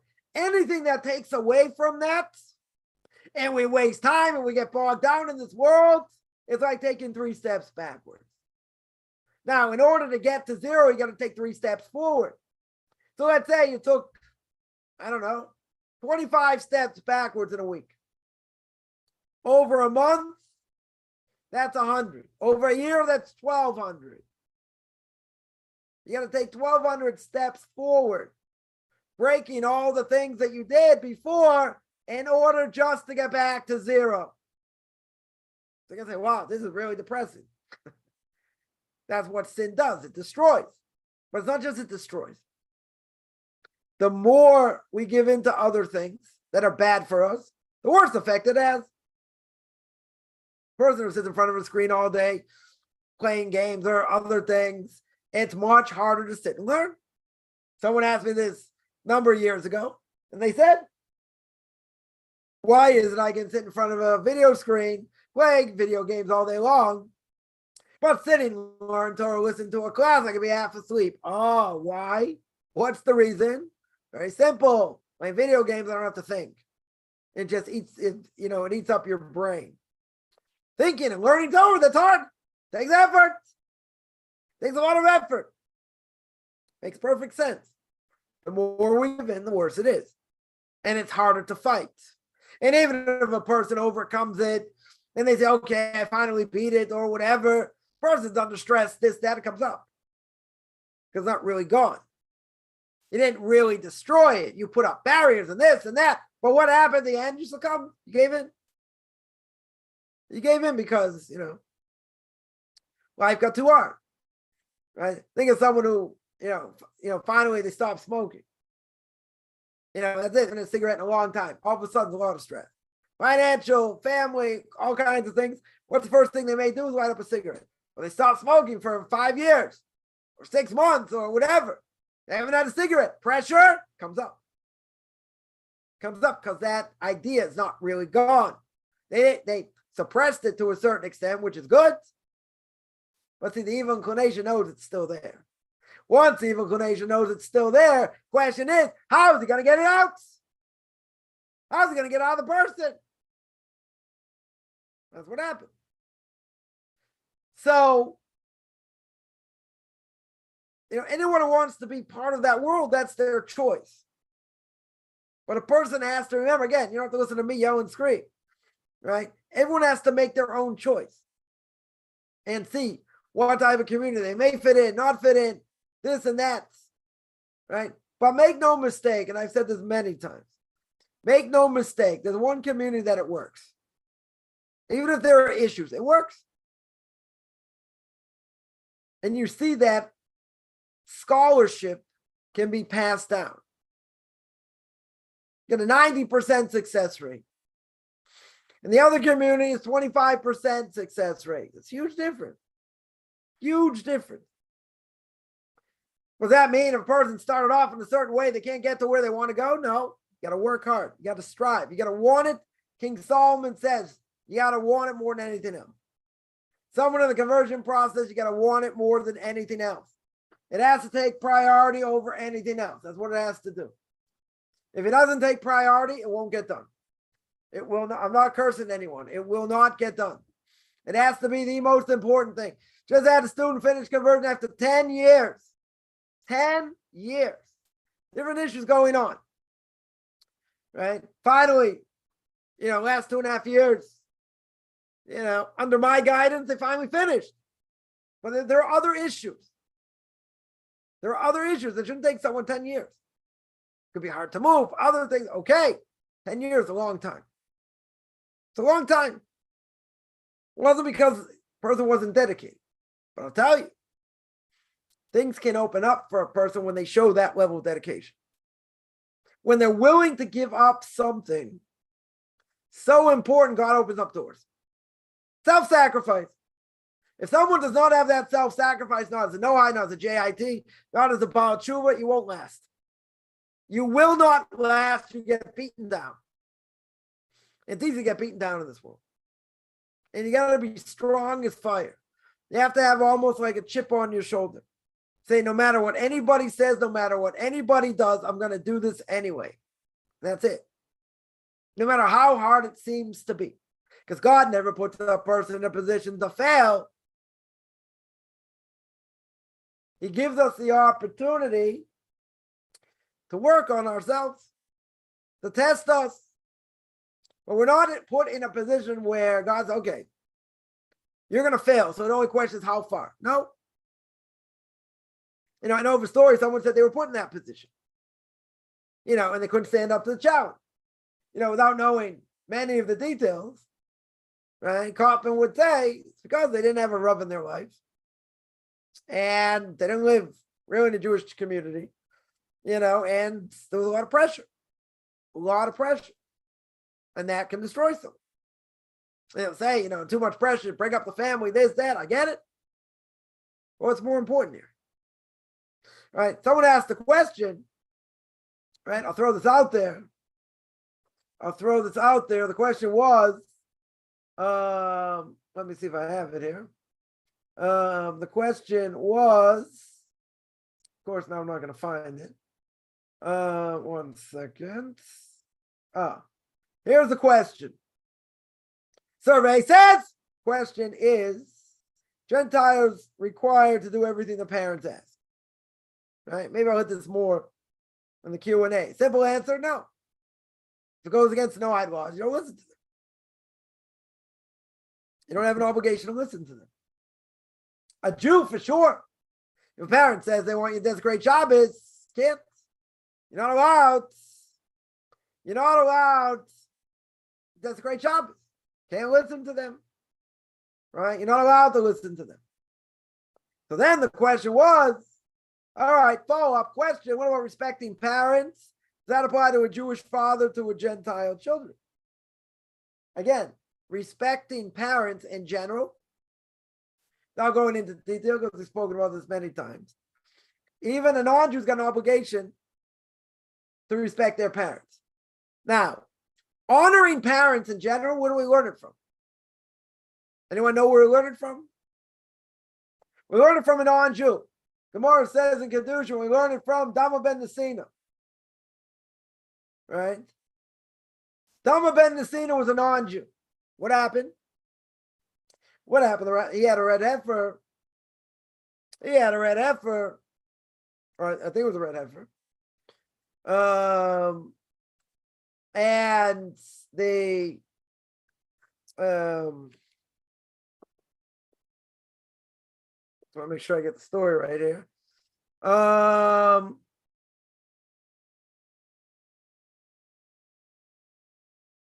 So Dama ben Nesina, this non-Jew, what happened? What happened over here? That how far, Gemara asks, Tractate of Odazor 24a, that how far does the person have to go to respect his parents? Right? So the answer is, you got to see what happened with Dama ben Nesina. Dama, the son of Nesina. What happened? Rabbis wanted to buy a jewel of unbelievable worth to replace missing stones on the high priest's breastplate. Right? So what happened? The price was 600,000 gold coins. That's what they were willing to pay. 600,000 gold coins. $1 billion. They're willing to pay. Now, where are they kept? Where were the jewels kept? In a locked chest. Now, the key to the chest, where was the key? Resting under the head of Dama's father. His father happened to be asleep. And he wouldn't disturb his sleeping father, and he lost the sale. Now, what happens? He didn't want to disturb him sleeping. Question is, come on, you think his father would have cared? $1 billion? He didn't disturb him. A year later, God rewarded him. He had a red cow that was born in his herds, i.e., totally red-haired, extremely rare. So the Jewish people at the time, the Holy Temple used it for what? Spiritual purification. They would pay a princely sum in order to acquire it. So they came to Daman to buy it. And he said to them, I know you're going to pay me whatever I ask, because this thing is so crucial, but I only want the amount I lost on the jewelry deal, right? That happened last year, because I respected my father. So, very interesting. Very interesting over here. Right? The Gemara, what's it about? It's about wisdom over here. You got to look at the details. Right? You gotta, look at it over here. What do we see? What do we see? We say, very simple, that the question was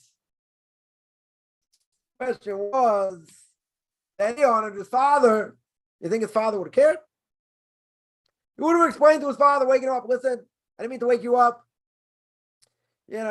Rabbis came, they're willing to offer 600,000 gold coins. You think his father would have cared? He'd been a multi-billionaire. Multi-billionaire. Right? You think he's gonna what? He's gonna sit there and slap his kid upside the head and say, what are you doing waking me up? I don't care. $1 billion. I was so tired. I was up all night. This, that. Why are you waking me up for $1 billion? Of course he's not gonna say that. Totally never gonna say that. Doesn't matter. He had enough respect. That he didn't wake him up. And he got rewarded. So interesting enough, where do we learn respect for parents from? A non-Jew, right? So there's a question I'm not gonna go into, but there is a question: why learn out from a non-Jew? Why in the world do you learn from a non-Jew over here? Why not learn it from a Jew? No offense, any non-Jews, listen to me. Could have learned it out from a Jew. Yeah, it's a whole discussion. But keep in mind, why do I bring this up? I bring this up because the question was, what about a non-Jewish father? That was the question. Right, with the same rule of respecting parents apply to a Jewish father, Gentile children. Yeah. Right, you have to remember one thing. And that is, a person is obligated in the Noahide laws of things that make sense according to Torah. Right? Honoring parents or respecting parents. In general, not saying where parents are abusive and other things, but in general, we would understand that a child has an obligation because they brought you into this world. You're going to say, did this, they did that. Okay, forget all that. In general, there's an obligation. It's universal. So a point could be that why do you learn it out from a non-Jew? Why not a Jew? Because non-Jews have an obligation also. They have an obligation from the Noahide laws. It's universal. So even the father's a non-Jew, still have an obligation, right? What about someone who converts? Parents are no longer, quote unquote, related to them spiritually. Even if they convert, they're not really related to them. They don't have an obligation to respect them. Of course they do. And what if they don't convert? All the more so they should respect them. Yeah, you're going to say it's hard. They say this, they say that. Okay, I'm not going there. The point is, in general, all things being equal, they brought you into this world. You have to have a certain level of respect. That's universal. Could be, again, I'm not saying it is, but could very well be the answer why you learn it out from a non-Jew. Yeah, somebody asked before. I want to deal with this question now. So there are a few questions here. That when a person's depressed, traumatized, not really understands what they're doing, yeah, are they liable? I've spoken about this. Do they have to know what they're doing? Let's talk about secular law. Secular law for a second. Person is high on drugs. No matter why. Maybe it's their first time. I don't know. They cause damage. They don't know what they're doing. Right? They're high as a kite. They're plastered and they cause damage. Yeah. Are they liable? Oh, yeah. They're liable. They're not in their right mind. They don't know what they're doing. So what? They're going to be liable. What about mental illness? Does mental illness give you free reign to do whatever you want? Now, they don't know what they're doing. They have, someone who's bipolar or schizophrenic, let's say better, someone schizophrenic, medication's messed up. And now they think they can do anything. And they have a whole episode. Are they going to be liable for what they do? Or do we say that they're under onus? They don't know what they're doing. Right?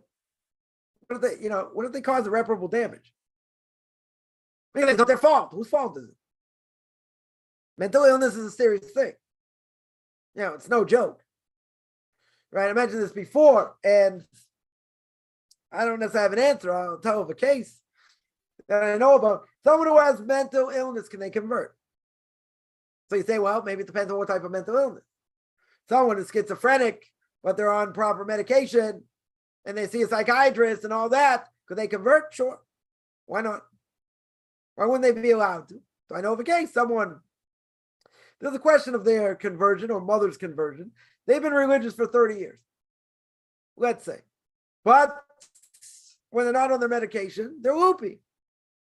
They think all kinds of things that they're, it's tragic. They're mental illness. All right, that's my Rebbe. What do you do? Person's been a religious Jew for 25 years. It's not a question of not sincerity, but when the person's off their medication or other things, he's loopy. Right? He's not with it. So he told me when they're with it, and they're 100% stable, that's when you bring them to the base. That's when you bring them. Now, someone who's, let's say, bipolar or schizophrenic, they can be normal. They may be on medication. They may have to see, be in therapy or whatever, be watched every so often. Okay, can they convert? Why not? If they're seen to be, quote unquote, normal and it's under control. Could they have bouts, let's say, of depression, other things? It could. Could their medication be off a little bit and other things happen? Could. Right? So that would be for the base in the rabbinical court to call it. To call it how they see it. A person could be manic depressant and, that's the way they are. And they've been trying to be helped for years. It could be, it's not good for them to convert. They won't be able to do what they need to do, especially if it's a guy. And they have more obligations. If it's under control, they're on medication, everything's good, more or less, okay. Again, Mason's going to have to be in contact with the, with the doctors, the psychologists, this, that. They'll make a decision. Is it impossible? Not impossible. Not impossible. Could there be cases where, they shouldn't convert? Yeah. Depends on an individual case. Right? So now the question is, but it's not their fault. Right? Are they going to be judged like they understand? Right? So someone who's got mental illness, could be they'll be exempt because they're not in their right mind. It'd be someone, again, it depends on the case. Right? What about someone who's mentally challenged? They don't know what they're doing. You try and train them in mitzvahs to the best of their ability, what they can handle, and that's it. They have the IQ of a 5-year-old. What's the obligation to educate a 5-year-old? I just gave it away. What's the obligation to teach a 5-year-old? You got to educate them in mitzvahs at their level, what they can do. Someone's got mental illness. How they're going to be judged. Right? It's one of two ways. And God's going to call it. Certainly not me. It's either they're going to be liable. 100% liable because no matter if they have mental illness or not, they caused damage. They did other things. Or you're going to tell me they're under illness. And really, it's not their fault. Even if they caused it, it's not necessarily their fault that they have. There's people going to have hormone imbalance. That's nothing to do with them. They have a hormone imbalance. They didn't do it on themselves. They weren't traumatized. Happened. People can have hormone imbalances. Right? I'm not saying it's the only cause. Again, I'm not a psychologist. I didn't play one on TV. So you can take what I say with a grain of salt. But in general, mental illness is a serious thing. It's a serious thing. Right? So it can play such a role, they'd be exempt from mitzvahs. I don't know if all mitzvahs, but maybe a lot, because they don't have the capacity. They don't have the capacity. Somehow, I'll take it. All right, one idea: mental illness. Someone's OCD. They're not sure they washed their hands right. They did everything right. This, that, and they wash their hands 100 times. Right? Some people like that, they'd be exempt from washing their hands because they can't function otherwise. I know of a story. I heard of a story.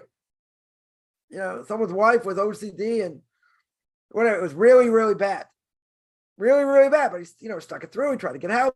Did this, did that, did the other thing.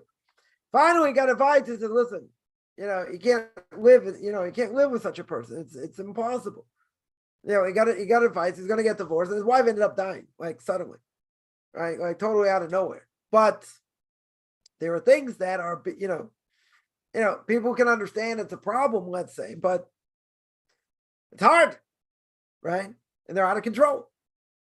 So how can someone who's out of control be liable? You're going to say, but they caused it. Maybe yes, maybe no. And even if they did cause it, right now they're not lucid. If they're not lucid, different issue. Right? But what if they seriously cause damage, God forbid, kill someone or whatever? That's the whole thing. That's the whole thing if they're going to be liable or not. That's what I would answer. Someone asks, the hard work you find, Hashem will give it to you. Yeah. We're not looking for honor. It's not about honor. Person works hard. Is that a guarantee? You're going to get everything you need. Yeah, I mean, you will get what you need. That doesn't mean your life's going to be easy. Person, use myself as I always do, use myself as an example. I could have answers for a lot of different things, and I got family members, I don't care. It doesn't matter, right? So I can't help them. They're not interested, okay? So what do you do? What do you do? Are they going to respect what I do? Probably not. Or they'll just, give it a face value and this and that, but nothing serious. Okay. So living life is easy, by any stretch. Yeah, we should be respected for what we do because we have to bend over backwards, respect other people. And God forbids, someone's gay or whatever, and you don't respect that. And you say, well, it goes against my religion. You're in trouble. You get fired for such a thing. That's insanity. Insanity. But that can happen. What happened to being so open-minded? Oh, no. You're a fanatic. You're a nutcase. You can't say that's discriminatory. So, yeah, shouldn't people respect others? That's, tremendous self-sacrifice, trying to live a very moral life and different things. No, they say it's archaic and it's backwards and it's this and it's that. Yeah. Respect. Yeah, person get demolished, made fun of, different things. So the bottom line is, doesn't matter. People respect you more, they respect you less. You still have to keep Torah mitzvahs. Doesn't matter. You have to do what you need to do. That's it. Nothing more, nothing less. Right? We're not out to be put on a, to be lifted up, to be raised, whatever. We make our own mistakes, okay? I mean, I'm not saying it's okay, but, we can make mistakes. Do things we shouldn't do. We're held to a higher standard, 100%. Come on, you think leftists in this country respect Torah? Certainly not. The protests that's going on, I'm not going to get into politics, but the protests that go on, against the government for this judicial reform. Can you imagine if this was the right wing? Is the right wing people demonstrating? First of all, it wouldn't even make so much news, but they'd be called terrorists, fanatics, all kinds of things. If it was the opposite, it'd be a disaster, right? For the right wing. Putting people in jail, beating people up, this, that, they wouldn't care. Right? The fact that you got the leftists doing it, it's a whole different thing. What they do is okay. They don't say do as I say, not as I do. Right? They do what they want. We're fascists. We're ruining the country. We're ruining democracy. The right wing's this, the right wing's that.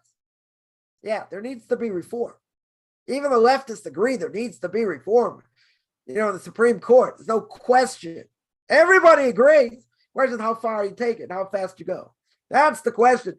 But if it's a right wing doing it, for the right wing protesting over here, it would be unbelievable. It would be unbelievable. They tar and feather us straight away. Nothing to talk about. Nothing to talk about. Wouldn't even ask questions. They'll say we're an obstacle to peace, we're this, we're that. It's crazy. All right, it's absolutely crazy. So there's a double standard. It's always been a double standard. I'm not gonna say it's right, but there's a double standard. What goes on. That's what it is. But it's like, if you hear the rhetoric of what's going on, you would think, this country is turning into a theocracy. Make no mistake, most of the people in the government, at least from the Likud, they're not religious Jews. Some of them may be more traditional, okay? In some ways, it's why they have more of a connection to the religious, than the left. They're not necessarily lovers of Judaism by any stretch. So you think for 1 second they're going to allow a theocracy? They're going to allow ultra-Orthodox Jews to be, have all kinds of power in general? That's not what they want. They don't really have a choice at the moment. Without us, they don't have a coalition, but it doesn't matter. They're no lovers of Judaism. If they had the ability to throw us all out, not even a question. Not even a question. Yeah. So, that's what people think. Oh, it's going to be no democracy. We're not saying there's no democracy. We're saying there's cronyism. There's corruption. Cannot have the Supreme Court. Didn't I say I wasn't going to speak about politics? You're not going to have the Supreme Court. They're going to appoint their own judges. Like, it comes through them. That's called cronyism. That's called corruption. Not only that, they stick their nose in so many things, they have no jurisdiction. And when I explained this to somebody, recently, and that is, imagine Congress, they're passing laws, bad laws, let's say, but they're passing laws. All of a sudden, the Supreme Court says, nope, knocking this out. We don't like that. Knock it out. Unconstitutional. Knock this one out. They're giving, they wouldn't last. That wouldn't last for a week, for a month, because you need checks and balances. The Supreme Court can't come in and say, just uproot whatever the government says and say, no, we're striking it down, especially religious law, different things. No, we're taking that out. Any other country, you never allow that. That's corruption. They don't have a right to do whatever they want, whenever they want, strike things down. That would go on in the States. They take the Supreme Court and kill them. They tie them up, string them up. They take away their power. No other country, and this is the problem in Israel, we don't have a constitution, but no other country would stand for it. There are checks and balances. You wouldn't allow such a thing. Oh, that's against democracy. You're a heretic. Come on. This is reality. This is what they're doing. So even the left agrees you got to rein them in. You got to change things up. Okay. The question is how far to go, how fast to go. Okay, that's the whole question. But you're not talking about theocracy. You're not talking about getting rid of democracy. And just like having a dictatorship. That's what they make it sound like. Oh, the country's going down. We're going to burn in flames. We're going to burn up all the... It's insanity. It's these stupid leftists, right? This is going to throw out all this rhetoric, makes no sense logically. None. They have a similar claim that the right has. They for sure have a similar claim. Okay, you should do it slower, you should do this. But what they're making it out to be like, we're burning down the whole place. Like, the right's going to burn down the whole place. Next thing you know, women have to shave their heads. That's a theocracy. And they have to be wearing these jobs. We would have to walk out like these Muslim women. It's never going to happen until the Messiah comes. They're never going to allow it to happen, period. Like, the rhetoric they're using is like insanity. You talk about stirring up the masses, and having, fights on the streets because they're going way far, way beyond. Way, way beyond. making a mountain out of a molehill. Because everybody agrees something needs to be done and it needs to change. The question is how far, and what you do. They don't disagree. Theocracy? Come on. Not even close. Not even close. Like I said, we're not going to speak about politics here. Somebody asks, and I think I answered this before, right? Who's the serpent in the garden? The serpent in the garden was the evil inclination. The evil inclination, i.e., Mr. S himself. The Satan. Right? Some say he made the snake speak. He was like over the snake, helping the snake speak, do other things. But the snake himself, the snake itself was evil inclination. That's who he was. Right? Someone once asked, I shouldn't laugh. Someone once asked, what's the snake's name? He doesn't have a name. He's called the Nachash. Or the Nachash Kadmoni, the first snake, the primordial snake. What does primordial snake mean? Again, he's evil inclination. He's evil inclination. He is the angel of death. That's who he is. So that's who the serpent was. How did the serpent speak? He spoke through him. Right? One explanation. Yeah. I answered this yesterday. Why is he punished? I answered that. I mean, he's punished because the repercussions were so severe what he did, and he brought that to the world. You're right. He causes man to sin. So let me ask a better question or a different question. Right? There's a difference of opinion. Sorry, not even that. At the end of days, when the snake, the evil inclination is going to get destroyed. There is going to be no evil inclination. Why not? Didn't God create the evil inclination? Yeah. So why is he going to kill him? Why is he going to get rid of him? Because the evil inclination is going to be no point anymore. He's on his last legs right now.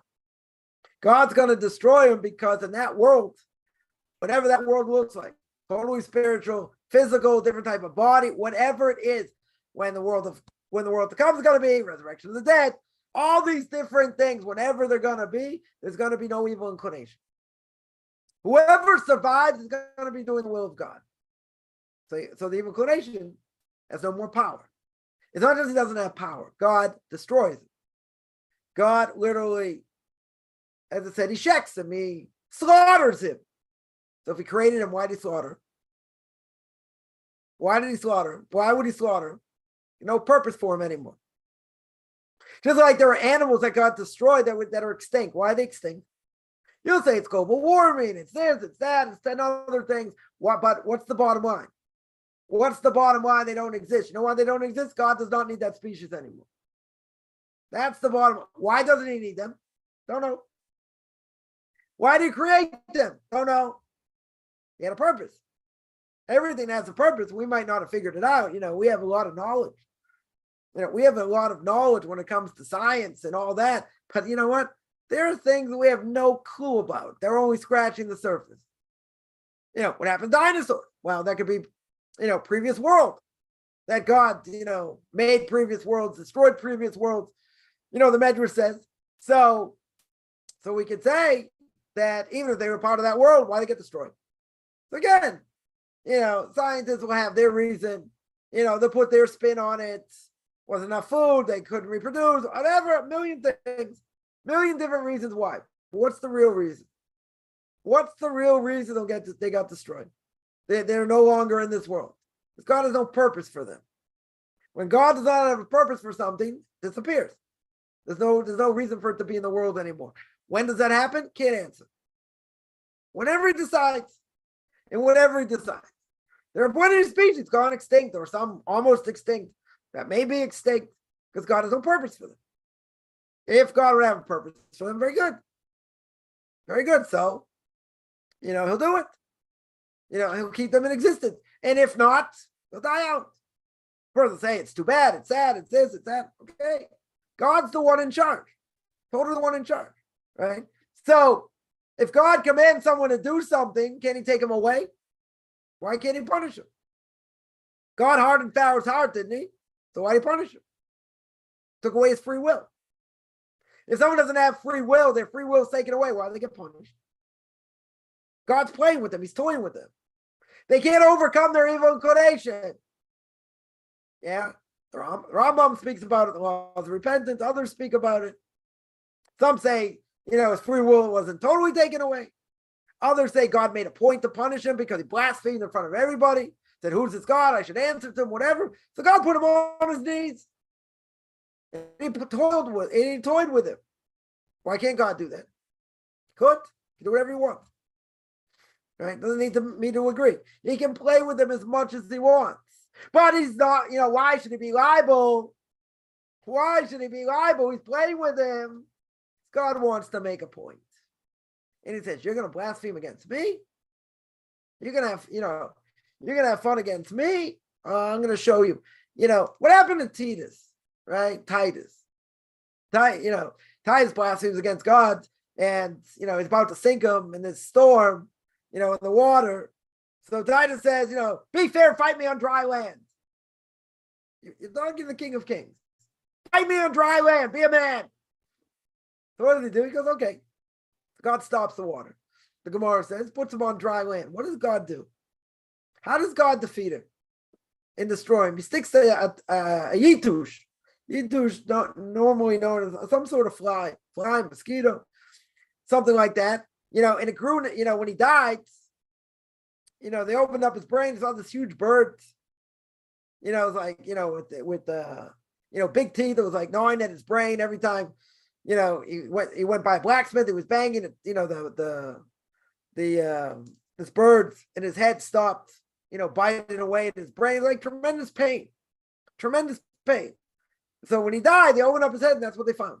Now let's analyze this buffoon said, "Oh God, find me on dry land. You can't beat me on dry land." What does God say? What does God say? Okay, I'll let you go on dry land. How am I going to destroy you? I'm going to turn you into mush, in Kaufman's language.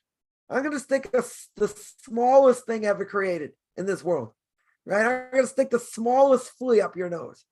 And this small flea is going to grow. It's going to grow. And it's going to grow. And it's going to cause your life a misery. Right? It's going to be banging at your brain the whole time. Right? Banging on your insides or your head. Right? You're always going to have headaches and this and that. God destroyed him with the smallest thing created. Yeah. God can do anything. He can do anything. Now, their species disappear, so God doesn't have a use for it. But so the point is, if God wants to make a point, that the God, could God have drowned him in the water? Sure. Could have made the fish eat him, could have all kinds of things. But God's okay, I'll be fair. He doesn't have to be. But he says, I'll be fair. You want a fair fight? Yeah, I'm going to destroy you with the smallest creation in the history of the world. Right? I'm going to take this flea, going to destroy you. Totally destroy you. Right? So why does God do that? He wanted to make a point. He wanted to make a point. You think I can't do it? You think I can't fight you? So Titus, before he died, he wrote up he wrote up a command, tell people before he died, when I die, take my ashes, scatter them across the 7 seas, so God can't judge me. So what's the Gemara say? Every single day, so he was cremated. He had his ashes thrown over the 7 seas, the Talmud says. And what did God do? He gathers his ashes every single day, puts them together as a person, and burns them every day. Why does God do that? To make a point. For eternity. Right? Some people are going to get that could get a punishment for eternity. Mentioned that yesterday. Right? A person could get, a severe punishment. Most people are not that evil. God made a point. God made a point. Oh, you think you're going to hide from me? Right? I'm going to make a point out of you. Right? I'm going to make a point out of you. But you're going to say, wasn't he commanded to destroy the temple? No, he took it out on his own. But you say he's got a creation. He's got a creation, and he's unhappy with what the creation did. He didn't want the creation to go as far as it did, whatever he created. Right? Even though we understand it could have happened and whatever, he's not aware. Right? So even so, he wasn't happy. He destroyed him. Right? He's going to destroy him. He's going to punish him. God can do that. You can say, doesn't God know what he's doing? Of course he knows what he's doing. That's no question. Right? Even if a person does what they're commanded to do, doesn't mean it's good. Doesn't mean it's good over here. Right? But if someone's will is taken away, it's a different issue. Right? Who said he sinned? The angel did what he's supposed to do. Right? I hear the question. The angel did exactly what he's supposed to do. Right? But it was, that's the whole thing here. That's the whole thing over here. Why that should be. That's the whole issue. You're right, it doesn't have free will. Right? Doesn't have free will. Right? If it doesn't have free will, the question comes back. Right? Question was come back. The problem is the snake is called an insider. Right? It's brought down, Rashi brings down, Gemara in Sanhedrin 29a, says he was an insider, that he made many arguments, which it didn't present. So God's not going to argue for the snake, right? Because the snake itself didn't argue. So now some of the commentaries have a little bit of difficulty over here, right? No one's called an insider unless he does idolatry, right? That's another question. If it's idolatry, I get it. You don't make excuses for them. So they say transgression of eating from the tree of knowledge border on idolatry. And the snake tells Eve eating the tree is not going to hurt her. Right? So now there's the whole question. If it's for idolatry, if it's convincing her to do idolatry, right? It's a different issue. Right? It could be that what the snake was involved in, it's not always comparison between the creator and its creature, but slander. Right? The snake accuses God, a fairy man's going to become as wise as he. Right? Knowing good and evil. So the snake really slanders, against God. Right? So you gotta, again, if the snake had the ability to speak, he had the ability to stand up, he had his legs cut off, but he had the ability to stand up. So the question is, if the snake's really making him talk, right? Sorry, if he's doing it on his own, I understand. If you're telling me,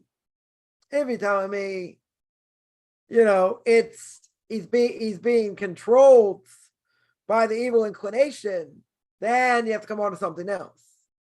And that is if he incites over here and the evil inclination convinces him, but the snake does it, and it's really idolatry, you don't answer up for idolatry. Right? So the punishment is severe. Punishment is going to be severe. Right? Slander is the whole thing over here. Right? Right? It's the whole thing over here. It's one thing. That is, that's one thing over here. With the snake. Now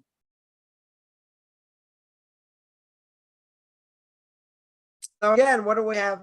We also have the fact that, it brought death to the world. It's not a small thing either.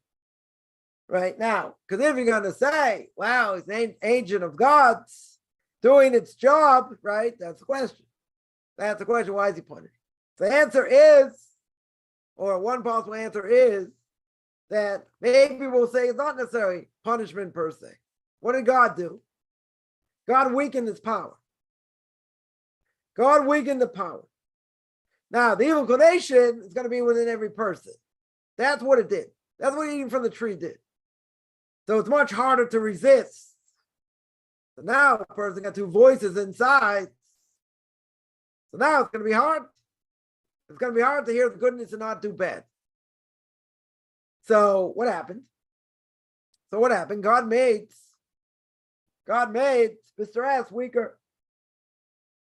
How do you make the snake weaker? Cut off its legs. Right? So what? How does that make it weaker? Symbolic of lessening power, so to speak. Right? So you're going to say again, again, possible reason could have been punished. Maybe it's not punishment per se, it's weakening. That's one, could be one answer. Right? In other words, it's being weakened, not totally destroyed. Right? Not being totally destroyed. Over here. But at the same time, it's weakened. Right? Now, if it's weakened, you see clear as day, the snake is not killed.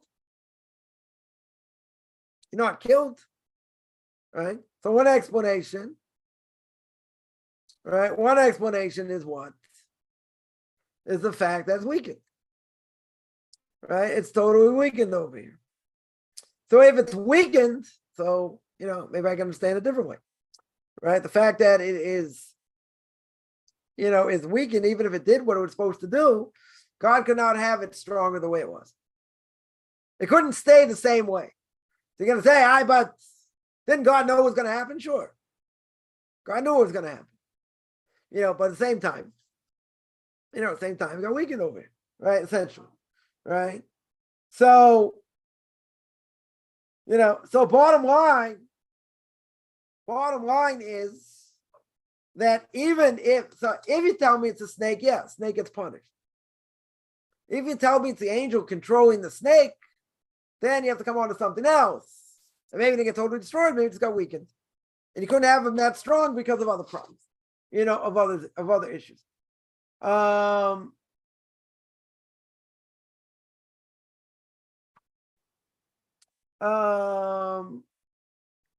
Yeah, let me see if there are other questions here. Someone asked, why is Mishkan being built on Shabbos? You misunderstood that there are certain things you can do on Shabbos, right? But the point is that the Mishkan, building the tabernacle, you're not allowed to do on Shabbos. Cannot circumvent Shabbos. Right? In other words, beginning of Parshas Vayakil says you have to keep Shabbos, and you have all these commands about building the Mishkan. What's the connection? Anything done the Mishkan you can't do on Shabbos. It was erected. It might have been erected on Shabbos. Right? But that's a different issue. Who says erecting it is necessarily a problem? Building it may be a problem. Right? Doing things on Shabbos to build it, yeah. That certainly might be an issue. As somebody mentioned, you cut off at the knees. Yeah. Cut his legs off. That's what you did. Right? By paraplegic, the snake. Right? But most scientists say that you can see from the bottom of the snake, turn the snake over, it's got a pen, it's got what looks like could be a place where the legs came, and they did. Right? It gets weakened. Right? We'll use that as an explanation. Right? It could be other explanations also. The fact that he got weakened. But if he wasn't controlled by the angel, then it's not a question, right? But if he is, if he is, then yeah, you just say he's weakened. That's we'll stick with that. Yeah, any other questions?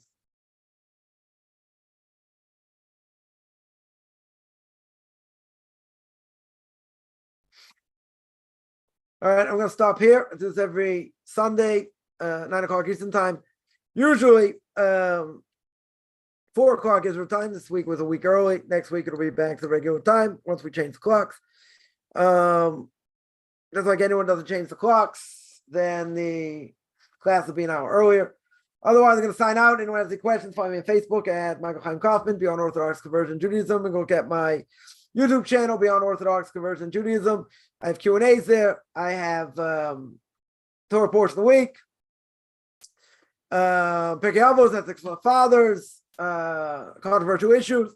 Right, take a look over there. Anyone has any questions, find me on Facebook, send me an email, rabbichaimkaufman@gmail.com, RBBICHAIMCOFFMAN @gmail.com. Wish everyone a good